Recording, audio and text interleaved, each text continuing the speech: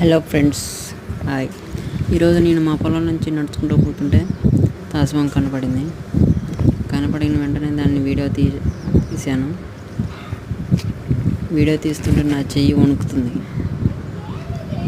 అది నన్ను చూసి పారిపోతుంటే దాన్ని బలవంతంతో ఆపితే అది పడగ విప్పింది. అది పడగ విప్పి బుస్సలు కొడుతుంది. దానికి ఎక్కడ ప్రమాదం జరుగుతుందో చూడండి. అది ఎంత ధైర్యంగా అలా నిల్చుంది. అది ఏమాత్రం కదలట్లేదు. మీరు చూడవచ్చు, నేను బస్తాలు విసురుతుంటే అది ఇంకా రెచ్చిపోతుంది. బుస్సు అంటుంది.